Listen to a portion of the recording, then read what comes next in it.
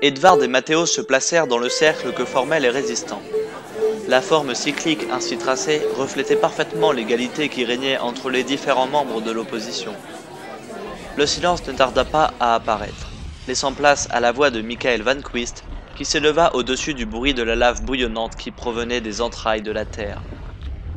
Edvard reconnaissait cette personne, qui travaillait elle aussi dans les forges depuis de bien longues années. Bien le bonjour à tous pour cette nouvelle réunion. Je suis content de vous retrouver ici, Edvard. Je suis content de voir que vous êtes là, vous aussi. Ces derniers temps, nous avons eu quelques problèmes. Notre temps de travail a encore été augmenté.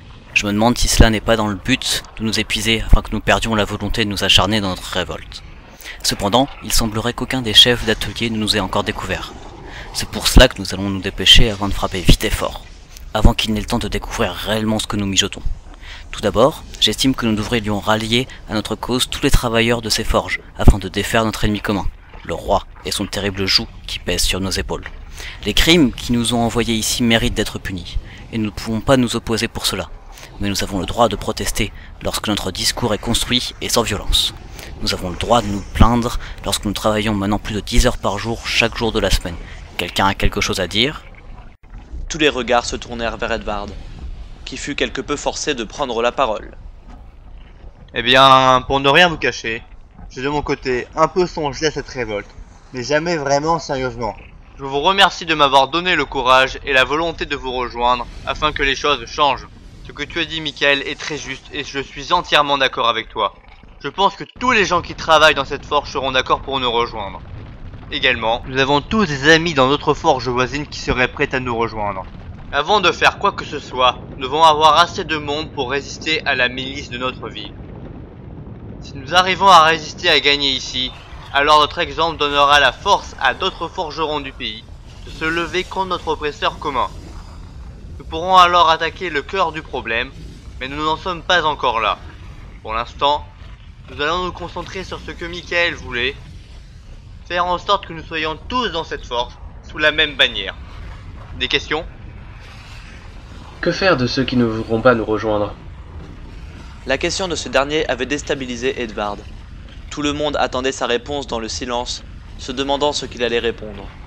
Edvard réfléchit quelques instants avant de dire « C'est une question des plus légitimes et le problème majeur dans ce plan. Si des forgerons ne veulent pas nous rejoindre, pour une raison ou pour une autre, c'est leur choix. Nous n'avons pas le droit de les y forcer. Dans ce cas-là, nous ne vaudrions pas mieux que celui que l'on essaie si durement de renverser depuis des années et des années. C'est pour cela que nous allons devoir y aller très doucement. S'il y a des gens que nous ne connaissons pas, eh bien nous devons apprendre à les connaître, à les espionner même, afin d'être sûrs qu'ils seront aptes à venir grossir nos rangs, ou au contraire, à nous précipiter dans notre chute. Pour finir, lorsque nous aurons réussi à être suffisamment nombreux, nous commencerons à nous révolter à proprement parler.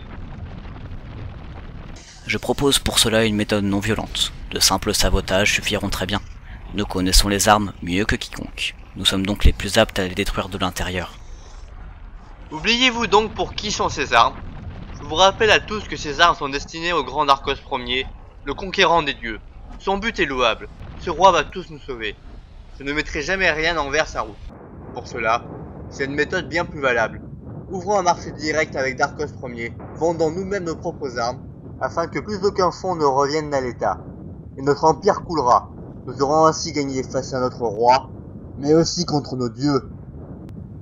Les résistants étaient ébahis devant le charisme et la capacité à mener les hommes dont faisait preuve Edvard. Tous étaient motivés et prêts. Ils sentaient cet avenir radieux, pour lequel ils avaient tant souffert, se rapprocher d'eux à grands pas. Et cela, grâce à Edvard, à présent digne de figurer en tant que chef de la rébellion.